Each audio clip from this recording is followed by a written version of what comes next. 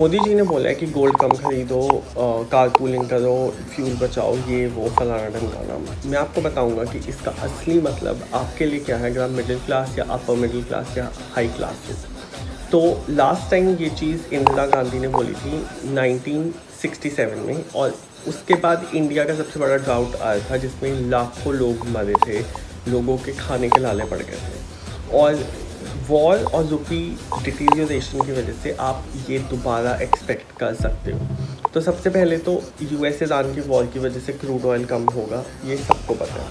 उसके अलावा एक और चीज़ जो लोगों को नहीं पता है, इंडिया के रुपी की वैल्यू बहुत तेज़ी से गिर रही है।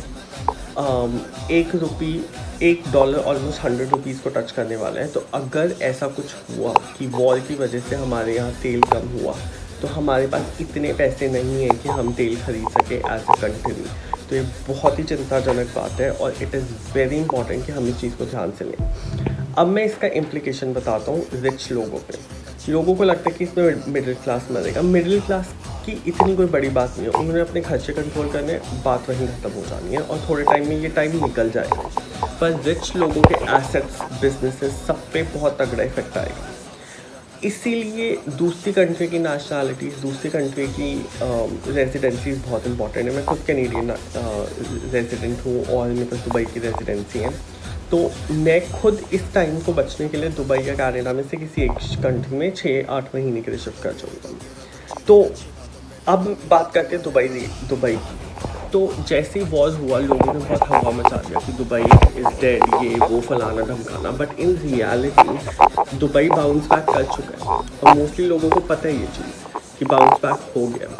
और दुबई पे वॉर का सीधा असर था, मतलब सीधा उसके ऊपर मिसाइल्स गिर रही थी। इंडिया पे सीधा असर नहीं था, इंडिया पे एक इनडायरेक्ट असर था और फिर भी इंडिया की ये हालत हो गई। तो अगर आप एक रिच इंसान हैं जिसके पास एक गुड अमाउंट ऑफ मनी है, तो आपको कंसिडर करना चाहिए कि आप अपना पोर्टफोलियो डाइवर्सिफाई करें। पोर्टफोलियो डाइवर्सिफाई करने का मतलब आप दूसरी कंट्रीज़ में इन्वेस्ट करें, जैसे दुबई। और दुबई में अभी 20% डाउन है प्रॉपर्टीज़, बहुत अच्छे रेट्स पे बिल्डर्स प्रॉपर्टीज़ बेच रहे हैं, फिक्स पे बहुत अच्छे पेमेंट प्लान्स हैं। मेरे खुद के क्लाइंट ने 70 करोड़ का विला 50 करोड़ में लिया।